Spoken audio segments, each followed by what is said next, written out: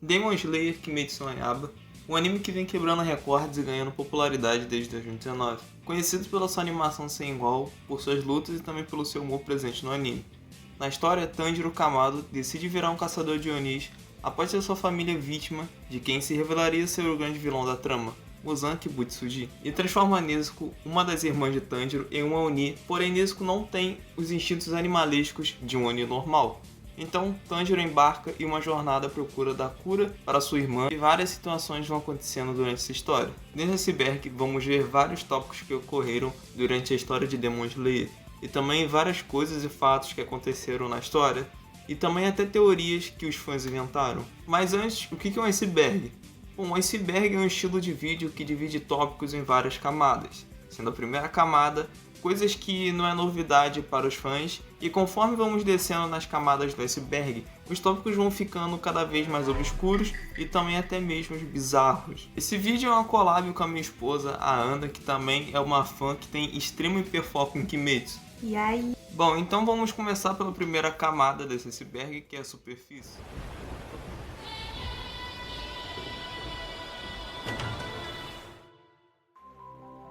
Cabelo do Zenitsu. Algo interessante sobre Zenitsu, além da sua audição aguçada, é que seu cabelo não era loiro com mechas laranjas como os vimos no anime, era preto. A mudança de cor aconteceu quando ele ainda treinava com seu avô, um ex-hashira do trovão, e por se sentir mal em relação ao seu empenho e resultados do treinamento, ele subiu numa árvore e um raio acabou caindo nele, fazendo seus cabelos mudarem de cor. Academia Demon Slayer. A Academia Demon Slayer é um spin-off baseado em Demon Slayer, em que os caçadores e os Onis vivem pacificamente em uma espécie de colégio onde são professores e alunos. Foram lançados 6 mangás dessa série e também alguns curtas baseados nesse universo, não canônico com o anime. E é até que legal ver os personagens que a gente já conhece, por exemplo o Tanjiro, que virou um dos alunos, a Nezuko, que teve o seu bambu que ela carrega na boca, sendo substituído por uma torrada, e até mesmo Tomioka, que virou um professor de educação física. Já os Onis, eles viraram os típicos alunos baderneiros e até mesmo alguns viraram simples civis sem toda aquela violência presente no anime original. Baixa qualidade. As primeiras edições dos mangás de Kimetsu têm a fama de serem bem mal feitos. Alguns designs são realmente ruins e parecem ter sido produzidos às pressas, sem aquele último polimento que geralmente tem. Mas após algumas edições é notável que os traços vão melhorando. Michael Jackson. É impossível a gente não associar a aparência do Muzan idêntica ou muito parecida com a do cantor Michael Jackson. E eu até pensei que pelo menos a aparência dele tinha sido baseada no cantor. Mas é muito pelo contrário. A própria autora de Kimetsu já falou que isso não passa de uma mera coincidência, e que na época que ela estava desenvolvendo a história e o design dos personagens, ela nem conhecia o Michael Jackson. O que é meio difícil alguém nunca ter ouvido falar ou visto com a foto do Michael Jackson, mas se ela disse, está falado. O filme inventou uma nova forma para Shinobu. O filme do Castelo Infinito inventou uma nova forma para a respiração do inseto, que seria Mushi no Kokyu, Moura no Mai, Sesaraku no Sasoi. Nome grandão! Essa nova técnica inventada pelo filme seria aquela em que a Shinobu lança um golpe extremamente rápido no domo e que aparece uma longa centopeia ou uma lacraia. No mangá não é apresentado essa respiração, essa forma, né? Digamos que uma quinta. Só é apresentada as outras 4 que já conhecemos. Novos mangás. Esses novos mangás não seriam algo oficial.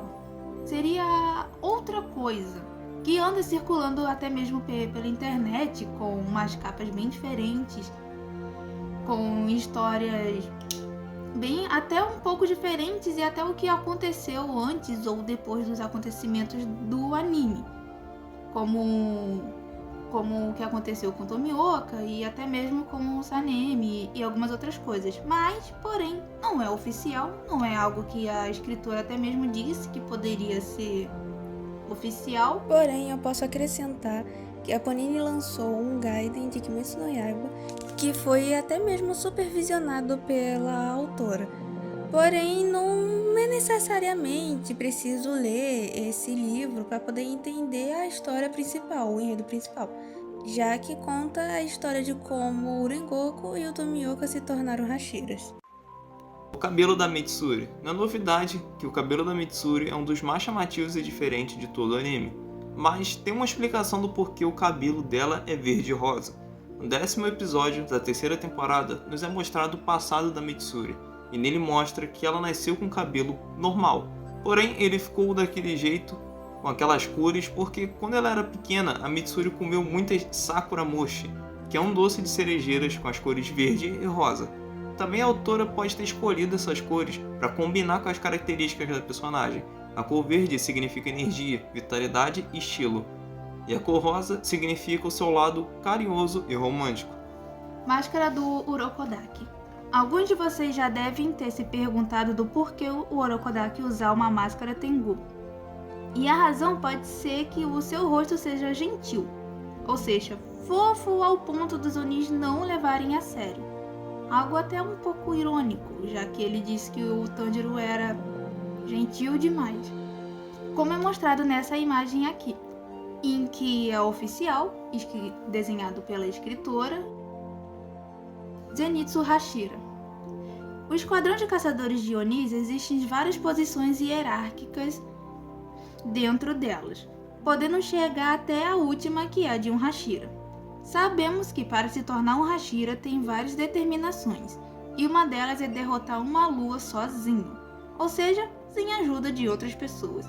Isso aconteceria com Zenitsu, se após a batalha contra o Muzan fosse um fracasso, pois ele ganhou sozinho de Kaigaku, uma lua superior, e com isso ele se tornaria um Hashira se a corporação não fosse absolvida depois dos ocorridos.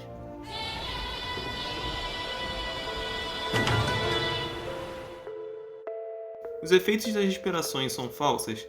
A autora de Kimetsu já confirmou que todos aqueles efeitos das respirações que aparecem ao decorrer das lutas são falsas e não passam de ilustrações para que não deixem as lutas menos desinteressantes. O que é meio estranho, já que quebra muito a mecânica de algumas respirações, como a do Tokito, de ficar invisível na neblina. No caso, o Tokito só desapareceu do nada, e também essa explicação é bem mal dada, então os Kikijutsus dos Onis também são falsos? É uma dúvida que muitos têm e que até hoje não foi resolvida. Koyoharu Gotouchi. Koyoharu Gotouchi, para quem não sabe, é a criadora ou criador de Kimetsu. Não sabemos se seria ela ou ele, já que ela, pessoa, não chegou a confirmar. Sem falar que ela usa um avatar nos livros para, digamos assim, se comunicar com os leitores. A única coisa que sabemos sobre ela seria que um funcionário que trabalhava com ela disse que ela tinha uma aparência de mulher. Kamado Tanjiro no Uta. Kamado Tanjiro no Uta é a famosa e emocionante música que toca durante a batalha de Tanjiro e Rui.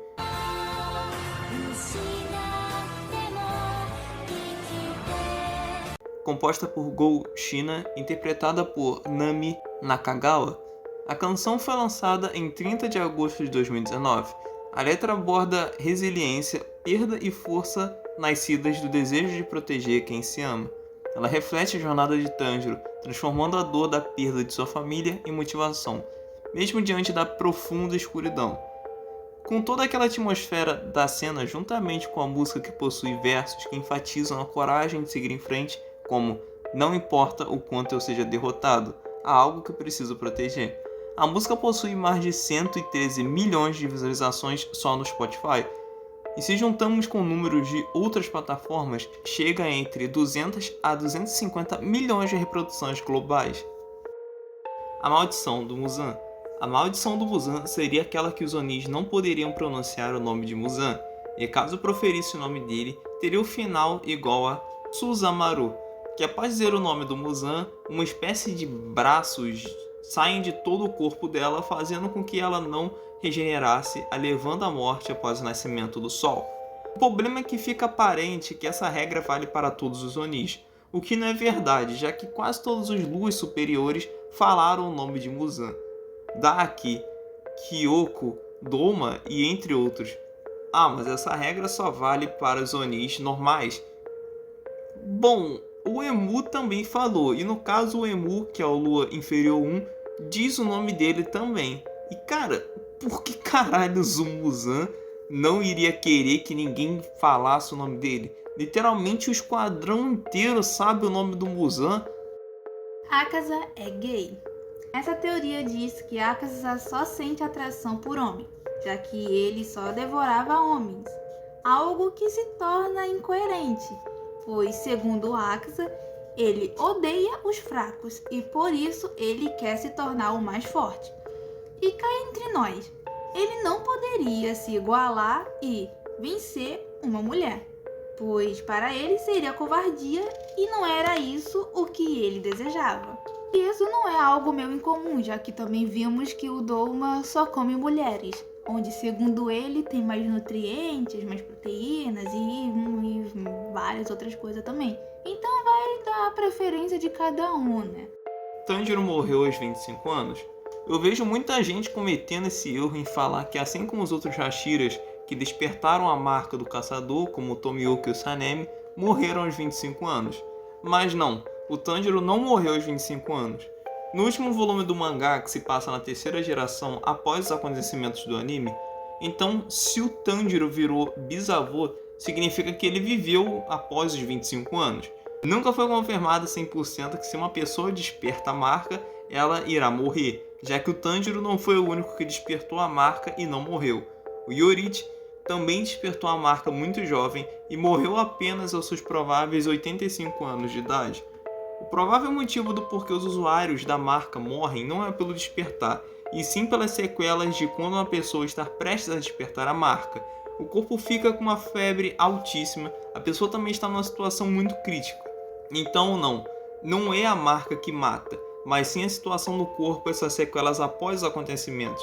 O do porquê o Tanjiro não morreu após isso não tem uma explicação verídica, mas podemos ter algumas possíveis respostas para isso.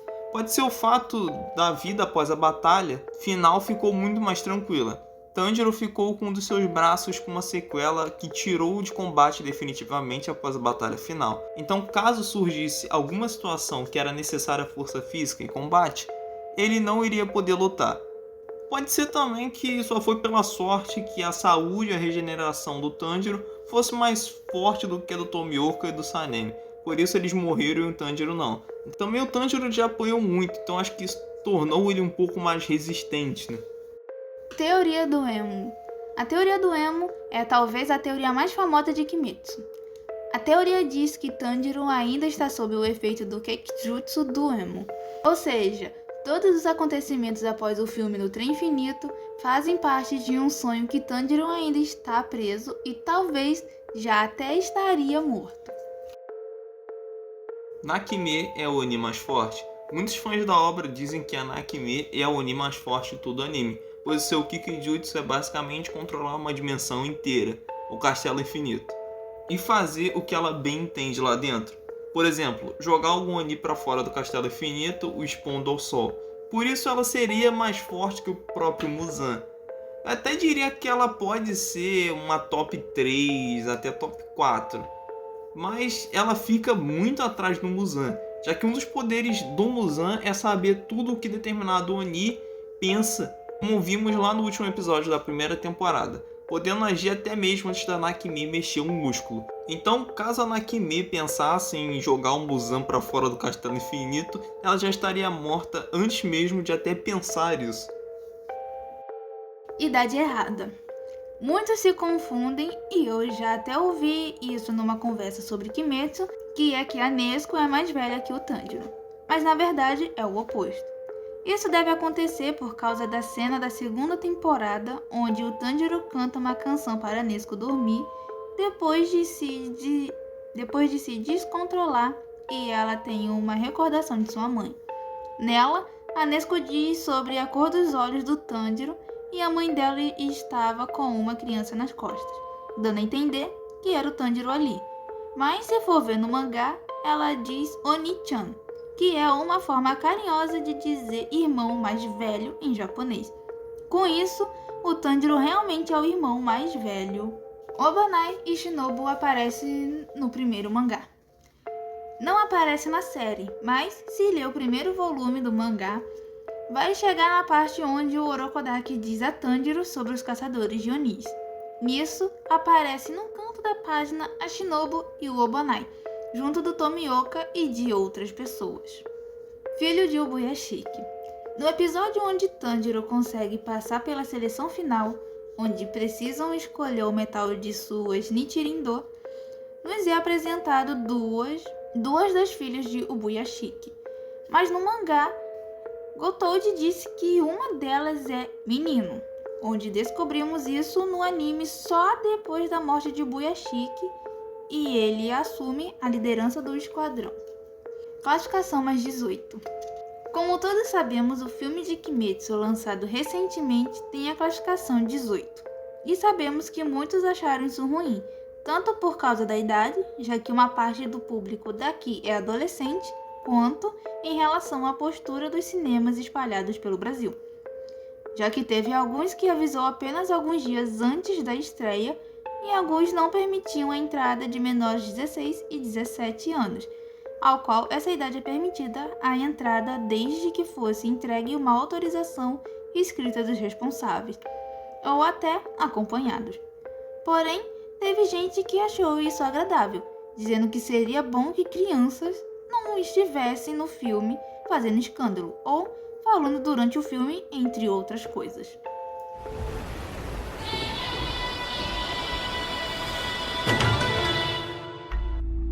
Teoria do Aori. Essa teoria refere-se a uma suposta maldição no Aori que a Shinobu usa. Segundo a teoria, todos os que usarem esse Aori teriam um fim trágico para um Oni poderoso. Alguns associam até mesmo que o Doma sempre seria esse Oni, que mataria a pessoa que estivesse usando. Essa teoria não tem nenhuma prova que fortaleça, a não ser o fato que a irmã de Shinobu, Kanai, morreu usando esse Aori. Sua irmã Shinobu também morreu usando esse mesmo Aori, e ambas foram mortas pelo mesmo Oni, o Doma. E também fala que Kanao só venceu o Doma pois não estaria usando o Aori, que pertenceu às suas irmãs, já falecidas. Filha do Muzan. No episódio 7 da primeira temporada, no final desse episódio, na parte onde o Tanjiro sente o cheiro do Muzan entre as pessoas e começa a correr seguindo seu olfato, Tanjiro enfim encontra Muzan entre a multidão. Mas o surpreendente dessa cena é que quando Muzan se vira para Tanjiro, ele está com a menina em seu colo, a famosa filha de Muzan. Muitos não entendem essa cena, porém essa menina não é filha biológica do Muzan. Para quem viu o anime, reparou que o Muzan tem essa pira de ficar tendo vidas falsas enquanto planeja matar todo mundo. Tanto que na terceira temporada o Muzan se passa por um menino pequeno, filho de uma família rica. Então provavelmente Muzan seria o pai de consideração daquela menina. E não é para pesar o clima, mas muito provavelmente o Muzan matou aquela menina e a mãe dela não muito tempo depois, após o fim da primeira temporada. O trabalho da Daki. A Daki era uma oirã.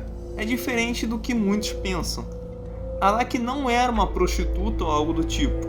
No Japão antigo, uma oirã era como se fosse uma cortesã, e no caso da Daki, ela era da classe de altíssimo nível.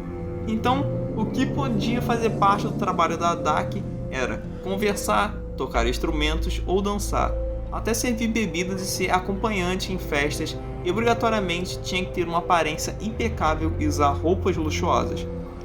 E sim, relações sexuais poderiam ocorrer durante a visita, porém apenas se a oirã quisesse e estivesse de acordo, e também o cliente estivesse há semanas ou meses frequentemente pagando as visitas a ela. Não, diferente do que muitos pensam, não era pagou ou comeu, intimidade não era garantida. O corvo de Inosuke. Todos os caçadores de Oni possuem um corvo que os guia e fala as próximas missões. Mas se vocês nunca perceberam, é que o corvo do Inosuke nunca apareceu durante o anime. Mas o que muitos não sabem é que o Inosuke tem sim um corvo e o nome dele é Dongurimaru.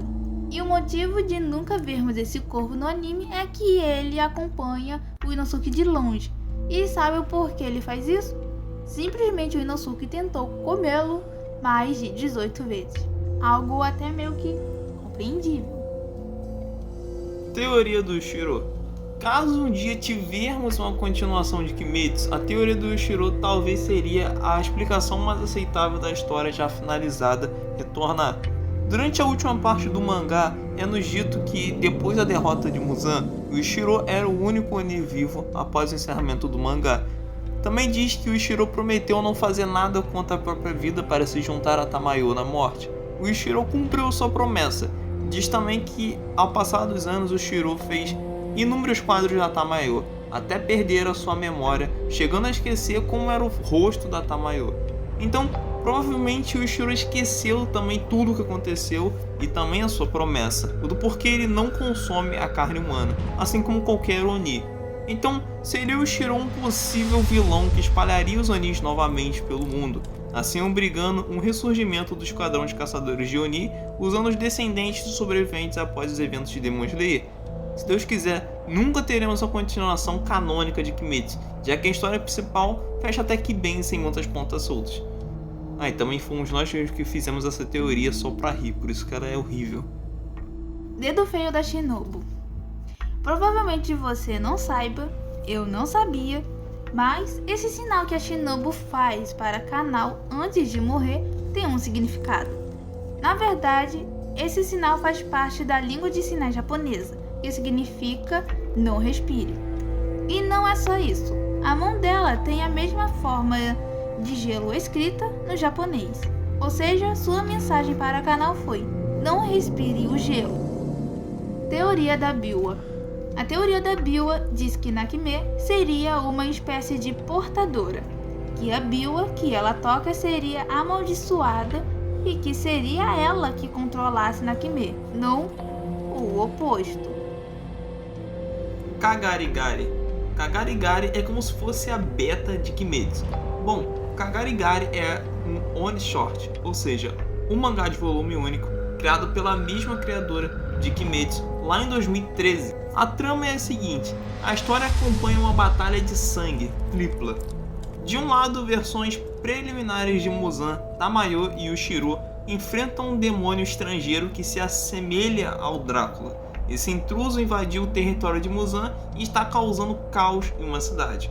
No meio desse confronto surge o caçador de Oni, Nagari. Ele é um jovem sério com o braço amputado, perdido durante a seleção final que seria dessa história, e marcas distintas em seu corpo e sua espada Nishirin. No final, Nagari interrompe a luta entre os demônios, demonstrando habilidades superiores às deles. Em um momento decisivo, ele decapita o Drácula estrangeiro. Muzan e seus aliados aproveitam a brecha para fugir, deixando Nagari para terminar sua refeição enquanto seu corvo mensageiro já lhe aponta o próximo alvo. Kagarigari é considerado bem mais sombrio e violento do que Kimetsu. Muitos dizem que Kagarigari é a beta de Kimetsu e traz vários aspectos e designs de personagens que retornaram em Kimetsu no Yaiba. Mas a gente vai deixar para vê-los mais à frente do iceberg. Mortes memoráveis e esquecidas parte 1. Como são muitas mortes em Kimetsu, a gente resolveu separar elas em tópicos aqui. As mortes esquecidas vão vir primeiro e as mortes memoráveis vão vir lá na outra camada do iceberg. A família do Tanjiro. São poucos os que lembram que a família do Tanjiro foi morta por Muzan. Mas ele não quis vingança e por isso só lembram da busca pela cura para Nezuko. Onis do pântano. São aqueles que o Tanjiro encontra numa espécie de cidade em que estão sumindo várias garotas e que eles pegam essas garotas que são jovens e foda-se. Oni das Temares. Por mais que ela seja um dos esquecidos, ela tem alguns feitos que nos faz lembrar dela, tanto pelo fato dela ser morta pela maldição do Muzan, que nunca mais vimos na série, quanto por ela despertar em Nezuko instintos para a luta, já que antes ela sentiu dor ao ser ferida, algo que Onis não sentem exatamente. Oni das setas. Só usava setas e não gostava de ficar sujo. E é isso aí, e jogou o Tanjiro pra cima um monte de vezes. O Oni do soquinho e o Oni do puxinho cheio, né? Derrotados em lugares diferentes, por Zenitsu, Inosuke lá naquela mansão. Oni dos tambores. Muito esquecível, muitos fãs pensam que a primeira batalha após o Tanjiro virar caçador foi com Rui, porém foi com esse Oni dos tambores aqui que ele teve a primeira batalha. Fora que nem é mostrado no episódio do porquê ele deixou de ser uma lua inferior, o que até hoje me deixa muito curioso. Família Aranha. Por mais que seus designs sejam a única coisa que fazem alguns de nós lembrarmos da existência deles no anime, não é o suficiente para eles entrarem na lista dos memoráveis, fora Urui, que roubam muito da atenção do público, então eles acabam sendo deixados de lado. Oni dos cabelos. Esse foi o primeiro Oni que o Tanjiro viu após Nezuko virar um Oni também. Ele o enfrenta, só que ele não consegue matá-lo, já que ele enfrentou ele com um machado, e também o Tanjiro tinha muita compaixão, e isso impede ele de matá-lo. Só que o sol acaba nascendo e ele é torrado automaticamente. Os alunos de Orokodaki na seleção final, antes de Makomo e Sabito, né? Aquela criançada toda com as máscaras, né? O tal da máscara da sorte, que todas elas foram mortas, né? Pelo mesmo Oni. A Sadoko, que foi devorada pelos Onis do pântano, que até a jovem que pertence àquele laço que o Tanjiro consegue recuperar ele e entregar pro namorado dela ou algo do tipo. As 3 pessoas que o Muzan tira suas vidas no beco. É aquelas lá, né, que um ele dá um soco, ela bate na parede, o outro ele dá um chutão, ele sobe, e aquela que ele fala um monte de coisa enquanto tá injetando o seu próprio sangue na mulher e ela simplesmente derrete. Os luzes inferiores, antes do Emu ir para o trem, ele estava com o Muzan e as outras luzes inferiores, a qual o Muzan absorveu todas elas e só deixou o Emu vivo. A mãe de Rengoku, após não resistir a uma doença, né, que é mostrado nas memórias de Rengoku antes de também morrer. A velha da casa da Daki, muitos não devem se lembrar, mas antes dos acontecimentos da segunda temporada, a Daki lança a dona da casa onde ela trabalha após ela descobrir que a Daki era muito velha, digamos assim. No primeiro episódio da segunda temporada, Tanjiro e Nezuko enfrentam um Oni parecido com o Louva-a-Deus. Bom, lógico que ele foi derrotado. A mãe de Gyutaro e da Daki, após ela não resistir à doença Ume. O samurai e a senhora, após queimarem a Ume. Os vários ferreiros que morreram com o ataque daqueles peixes na Vila dos Ferreiros. O antigo ferreiro de Tokito. Os pais do Tokito que morreram antes do seu irmão. A mãe por não resistir a uma doença e o seu pai após cair de um barranco com uma boa altura e se espatifar todo lá embaixo. E o Oni que atacou o Tokito e o seu irmão. Os irmãos de Sanemi e Genya durante o ataque da sua mãe transformada em Oni. O médico que o Muzan matou quando ele ainda era humano.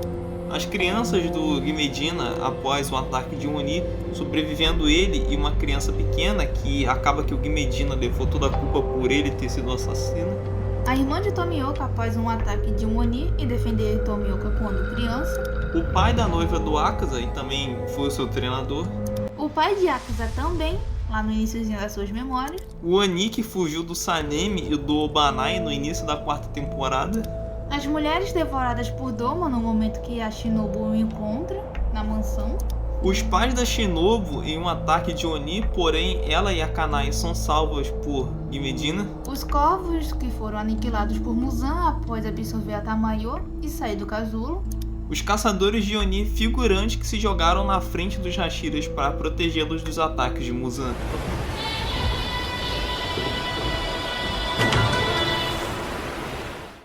Genya morreu achando que era odiado. Após ser cortado ao meio durante a batalha contra o Kokushibu, Genya estava em seus últimos momentos. Seu irmão Sanemi, o Hashira do Vento, entra em pânico e começa a falar com seu irmão, se desculpando pelo jeito que ele tinha tratado durante os anos. O Sanemi, tomado pelo seu desespero, implora para que Deus não leve seu irmão. O Genya começa a evaporar, assim como os Onis morrem, pois estava usando a sua habilidade de ter características dos Onis quando foi atingido. O fato mais triste foi que o Genya não conseguiu ouvir uma palavra sequer do seu irmão, porque antes dele morrer e sumir definitivamente, as primeiras partes que foram sumindo foram as suas orelhas. Então ele morreu surdo e pensando que era um fardo para o seu irmão e que ele ainda o odiava por ser fraco. Mitsuri e Obanai foram enterrados juntos. Muitos fãs falam que isso realmente aconteceu com a Mitsuri e Obanai, que eles foram enterrados juntos, pois eles se abraçaram tão forte que não conseguiram os separarem. Por isso tiveram que os enterrar juntos. Porém, isso é falso. A autora nunca confirmou isso e não há provas que realmente isso aconteceu. Fora que quando Tanjiro vai visitar o túmulo dos Hashiras após os últimos acontecimentos da luta contra o Muzan, lá estava o túmulo da Mitsuri e do Banai separados, cada um com a sua lápide. É triste? É. Porém, quando eles reencarnaram, se casaram e viveram uma vida feliz juntos. Sanemi foi para o inferno com a sua mãe. Sim, muitos consideram que esse desfecho foi um dos mais tristes do anime. Após o arco da contagem para o amanhecer e também após a derrota do Muzan, o Sanemi, entre aspas, morreu durante alguns minutos. Enquanto Sanemi estava nessa morte temporária, ele acabou encontrando a sua mãe e ela se condenava muito pelo que ela tinha feito com seus próprios filhos. E por isso ela mesma se autocondenou ao inferno. O Sanemi, vendo isso, resolveu seguir a sua mãe para o inferno, abandonando a chance de ir para o céu. Só que quando o Sanemi vai começar a acompanhar sua mãe rumo ao inferno, o pai do Sanemi aparece, agarrou ele pelo braço e arremessou ele para longe e disse que quem iria acompanhá-la para o inferno seria ele. Sanemi então acorda vivo novamente. Bom, se não fosse pelo fato do pai do Sanemi em vida ter sido um marido abusivo, e a Shizu meio que além de ter ficado no inferno, ela ainda ficou com o pai do Sanemi, que nem mesmo ela gostava. Se não fosse por isso, teria sido talvez um dos desfechos dos personagens sobreviventes mais bonitos de se ver. O passado do Hantegu, Kyoko e Nakime. Quem assistiu o anime ou leu os mangás percebeu que, diferente dos outros luas superiores, Hantegu, Gyoko e Nakime não têm os seus passados mostrados em nenhum momento ao decorrer da história. Mas, por mais que não sejam tão populares e conhecidos, eles possuem sim um passado confirmado pela autora. Nakime, no seu passado antes de se tornar uma Oni, a Nakime era uma musicista de biwa, um tipo de alaúde japonês. E por ela ser amadora, ela também era muito pobre. Além dessa realidade de pobreza, a Nakime era casado com um homem que era viciado em jogos de azar, e que por isso ele vendia os pertences da casa e os dela para sustentar o seu vício. Inclusive, ele vendia os kimonos de apresentação dela.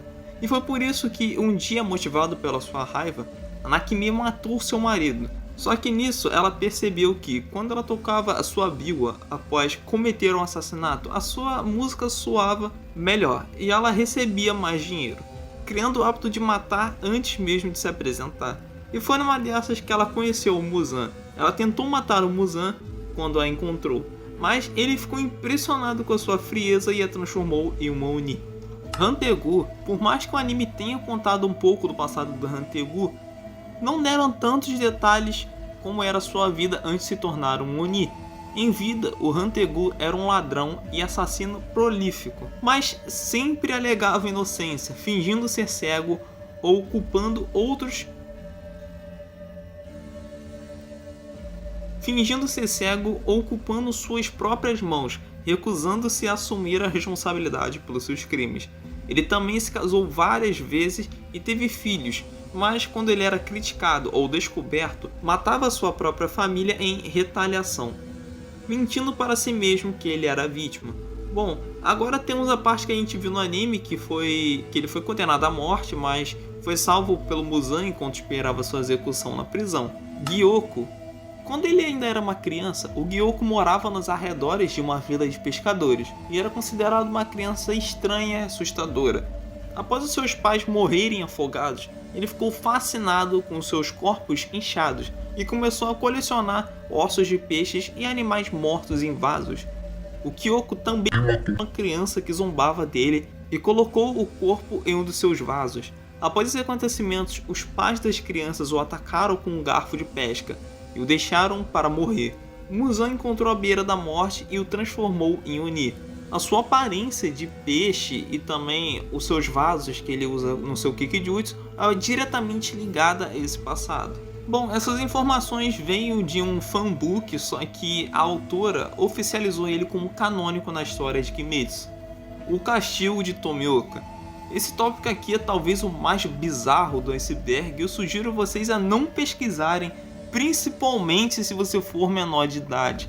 Só decidimos colocá-lo aqui porque a gente viu muitas pessoas o citarem pelo fandom, levando as pessoas que não deveriam estar vendo ou ter contato com esse tipo de coisa, acabar tendo contato com essa coisa que criaram. O Castigo de Tomioka é uma HQ muito esquisita que se passa após os eventos do Arco do Monte Natagumo, onde no anime o Tanjiro, Inosuke e o Zenitsu enfrentam Rui e a sua família aranha. Acontece que durante os episódios o grupo tem dificuldades da batalha contra a família aranha, então o Tomioka e a Shinobu são enviados para ajudá-lo. Porém, durante isso, eles encontram a Nezuko e a Shinobu tenta eliminá-la. Porém, o Tomioka impede e a mobilizando, deixando a Nezuko fugir e ser perseguida pela Kanao. Enquanto Tomioka estava com a Shinobu imobilizada, ela cita que devido à intervenção do Tomioka, ao ataque dela a Nezuko, isso gerou uma punição para o Tomioka, e que quando eles retornassem da missão, ele teria uma espécie de castigo. Essa HQ citada é como se fosse uma continuação que eu não preciso nem dizer que não é canônica com o anime e muito menos com o mangá. Após eles voltarem dessa missão, o Tomioka foi julgado pelos outros Hashiras, só que o problema começa aqui. Cada Hashira deveria dar um castigo ao Tomioka, e esses castigos deveriam ser pesados, doloridos e que ferissem a integridade do Tomioka. Bom, eu não preciso nem dar muitos detalhes aqui, e eu nem posso citar esses detalhes aqui no YouTube, como foram esses castigos, já que todos são literalmente crimes. Mas eu vou citar o castigo da Shinobu que ela deu ao Tomioka, já que, não ironicamente, apesar dele ser o mais bizarro, ele é o que menos tem crime. Então eu vou citar aqui bem por alto que o castigo que a Shinobu deu ao Tomioka é que eram para introduzir minhocas em um tal lugar aí, e que ainda por cima deveriam colocar o Tomioka perto de uma fogueira para que as minhocas começassem a se mexer dentro dele. Que porra é essa? Essa HQ é bizarra, nojenta e criminosa, então não pesquisem essa HQ do castigo do Tomioka e parem de compartilhar a existência dessa porra.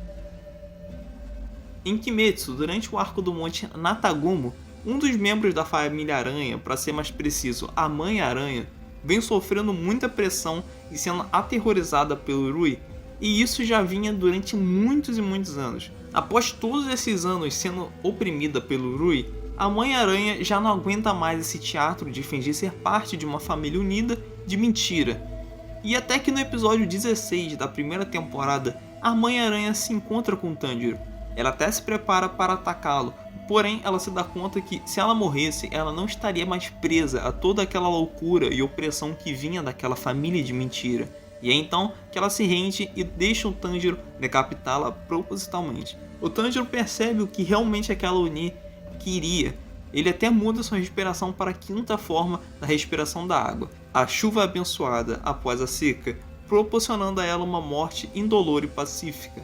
Ela sofria tanto em vida que ela preferiu morrer para encontrar a paz. Versões betas. Aqui temos as versões betas dos personagens de Kimetsu lado a lado com os personagens do mangá Kagari Gari, já citado aqui no Iceberg. Podemos observar as primeiras versões de que um dia seriam o Tanjiro, o Muzan, a Tamayo e o Ishiro. Ano que se passa.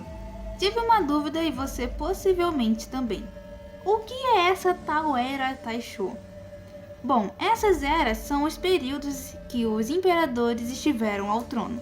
Quando ele morria, era nomeada a era em que ele governou, e isso vai até os dias atuais. E sim, o Japão é tipo Inglaterra. E essa era que se passa no anime, a Taisho, é logo após a Meiji, onde teve uma rápida evolução no país, se passando no período da Segunda Revolução Industrial. Ela teve fim em 1912, e desse ano até 1926 foi a Era Taisho, onde se passa o enredo. Um bônus: se você reparar, pode ver que nas cenas onde Tanjiro vai ao centro de Tóquio, você vê um bondinho, luz elétrica e polícias, que aliás ficam em cima de Tanjiro ao vê-lo com uma katana, que foi proibida o seu uso em público na Era Meiji, que são provas de que o Japão não estava só nesse período, como também passou pela rápida modernização da era anterior. Pelo menos no anime, na vida real, eu já não sei. Nezuko não foi a única a virar Oni. Como sabemos, os Onis que cedem ao controle de Muzan esquecem das suas memórias humanas. E juntamente de suas aparências surgiu uma teoria onde os irmãos de Tanjiro, Hanako e Shigeru, se tornaram Onis, assim como a Nezuko. Tá, mas eles não eram crianças? Sim, mas assim como a Nezuko e o Muzan, que mudam seus corpos da forma que quiser, eles podem ter feito o mesmo. Os chips. É claro que, como todo esse universo de filme, série, anime e tudo mais, é claro que vão ter os chips. Seja ele com o Tanjiro, a Kanao, ou a Nezuko e o Zenitsu e aquela coisa toda. É claro que tem aqueles que são surpreendentes.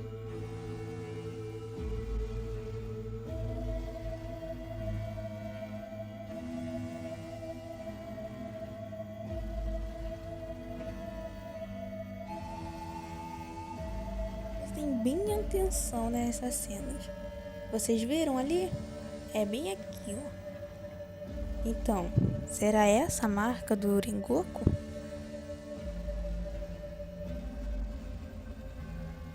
Bom, agora aqui vamos para a parte 2 das mortes. Aqui a gente vai entrar nas mortes memoráveis, né, que a gente sempre se lembra. Makomo, desmembrada pelo Oni das Mãos, e o Sabito também teve a cabeça esmagada pelo Oni das Mãos. Oni das Mãos foi o Oni que o Tanjiro enfrenta na seleção final e o derrota. O Urui não precisa nem fazer tanta apresentação, é aquele Oni que o Tanjiro enfrenta e também é um Lu inferior.